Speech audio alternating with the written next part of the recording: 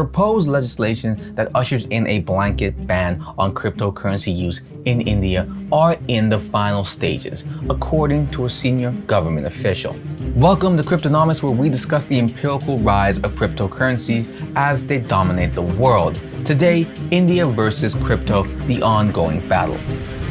What I'm going to be talking about isn't anything new for India. India has been going back and forth with banning, not banning cryptocurrencies for a while. Back in 2017 during the last bull run, and even before that. The year is 2013. Bitcoin was a huge blow to the Indian people. From all social classes, they stormed into the market and began making instant transactions. At this time, the Indian government had made it clear that while it doesn't recognize Bitcoin as legal tender like paper money, there are no guidelines on Bitcoin trading. Things were still new at this time, and the technology was getting more and more development. The authorities of India had initially taken a hands-off approach, allowing people to do as they please. In the absence of any specific legal framework, online Bitcoin trading platforms were allowed to flourish, operating freely. But it was at this time the Indian central bank was starting to get a little jittery. At the end of 2013, they released a post warning the use of cryptocurrency, which may incur risks and danger. But still, no official regulatory policy was introduced. Free to do as the people of India pleased, at the time anyway, exchanges popped up and seized the opportunity. Money was being poured into the market. Control of the flow of currency was being lost. Well, at least on the government end. The government sounded the alarm. This is when things started to change a bit. The Indian government announced several warnings cautioning users, holders, and traders of virtual currencies, including Bitcoin, of course, of economic, financial, operational, legal, consumer protection, and security-related risks. But nobody gave a f*** because Bitcoin is awesome. Demand outweighed supply in India, pushing the Bitcoin price in the country up 20% higher than international prices. At this time, there are at least 11 Indian Bitcoin trading platforms online, which claim that about 30,000 customers are actively trading at any given point of time. Like the bull market now, back then was no different. People saw an opportunity they might not have had otherwise and were jumping in. But just like that, that's when the Indian government starts to take aim at the space once more. Bitcoin had blown a hole in the Indian economy. There were revolutionary changes in this sector and huge progressive moves happening. So obviously, the Indian government couldn't have that. As stated, technology is always ahead of government and is a big disruptor. It is important that we keep pace with technology to make regulatory changes. It is an issue that the finance ministry has to debate and do inter-ministerial decisions to take it forward, says Amita Kant, the CEO of India's premier think tank, Niti Aayog. Forgive my pronunciation, but she told this to the BBC. In other words, we need to be in control of money, not you, the people, the commoner, the filth. Something to note, India is a country where a large number of people, nearly 21%, don't have accounts at any banks, but obviously they still need to transfer money for international reasons, etc., etc. Bitcoin, cryptocurrencies as a whole, and the technology provided instant and low-cost services to the public, hitting a point where Bitcoin became an alternative to the rupee when the government announced to demonetize 80+% of the currency in circulation. According to this BBC article on the move, Prime Minister Modi gave only 4 hours notice that virtually all the cash in the world's 7th largest economy would be effectively worthless. The Indian government likes to use the terminology demonetization like it's a freaking YouTube video to describe the move, which makes it sound rather dull.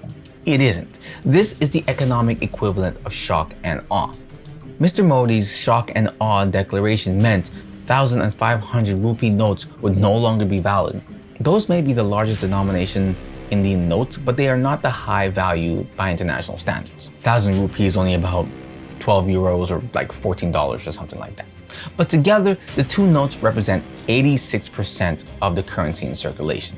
Imagine you had $10 or $20 notes that just was no longer worth anything, and you had been saving in cold cash under your mattress.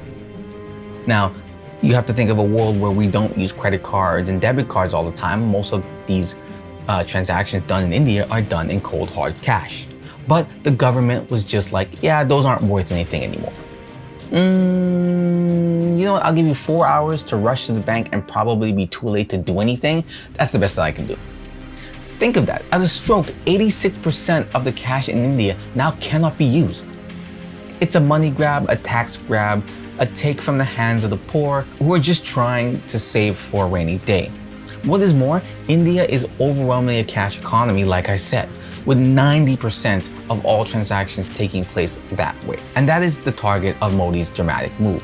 Because so much business is done in cash, very few people pay tax on the money they earn. But despite all the fear-mongering during this time and the BS of the government in these years, it was still rather nice to cryptocurrencies and the technology behind it. In fact, they invested in projects to further develop the technology, which actually led people in the public to start to think, even the people in the know, to think, hey, the government actually legalized crypto.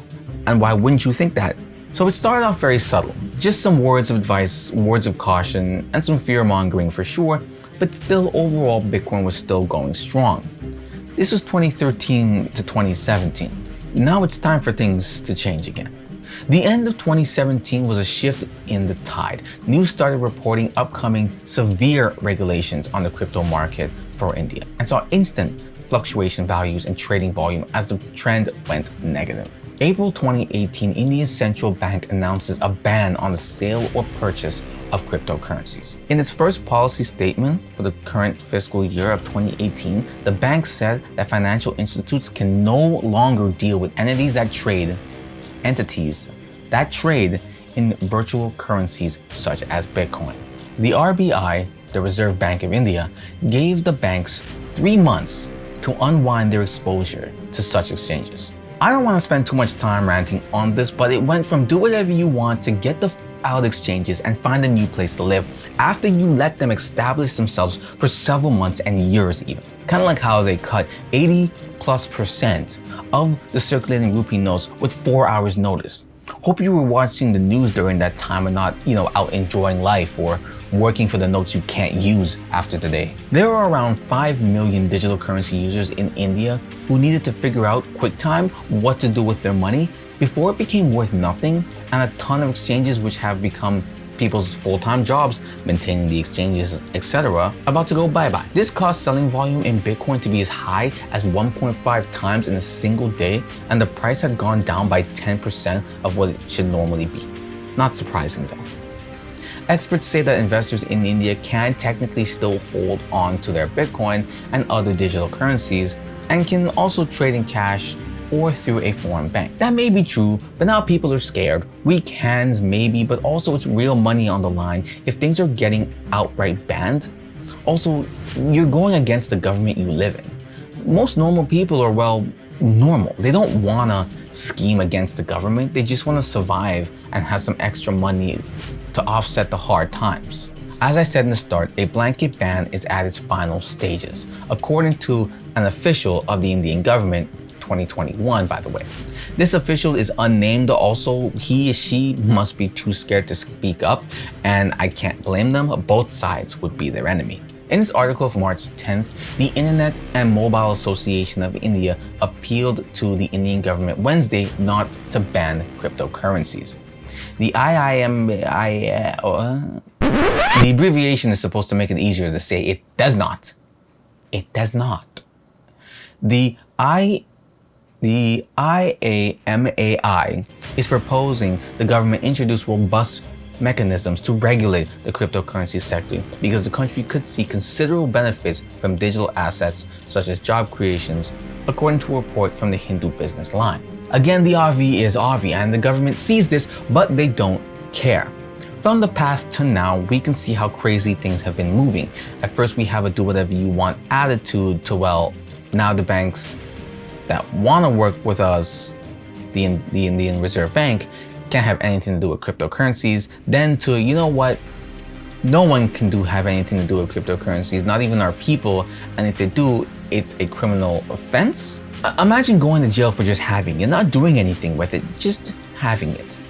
The officials said fines would be issued for breaking the law after a 6-month grace period to dispose of crypto assets. Remember that, dispose.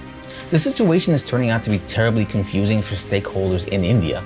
On the same day as this report, an English language newspaper in India cited Minister of Finance and Corporate Affairs Nirmala as saying the government is not planning to completely ban cryptocurrency use.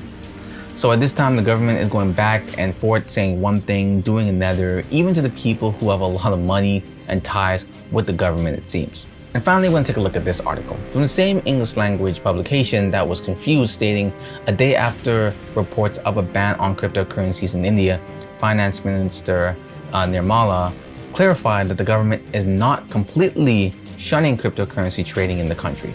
I suppose disposing means something else to her. Speaking at the India Today conclave, Nirmala, she says, "From our side, we are very clear that we are not shutting all options. We will allow certain windows for people to do experiments on the blockchain, Bitcoin, or cryptocurrencies, blah, blah, blah, blah, blah. Rich people want to stay rich. We want all the power. You can have no power, you common filth people." And all, India's not banning shit. They can't. They can try, and they damn well will, but it won't work, and they know it. So they're gonna try and control it, which they are, but in the most dystopian way possible, I can think, and the most frustrating way too. Regulations are fine, in fact needed to make people feel safe and to get others onboarded and involved. Governments just want to make sure they run it all, and they're over-regulating some points and sometimes, and it's just muddying the water. Banning isn't really the end of crypto, no matter where you do it or how you do it or whatever you want to try and do it with. China tried banning them along with some other countries. Doesn't really work. China even tried doing it back again in 2017. Didn't work then either. I think I'll talk about that in the next video. China does have a really large Bitcoin farm. Anyways, till then, thanks for watching. Make sure to like and subscribe for more crypto versus the world information. Thanks for watching.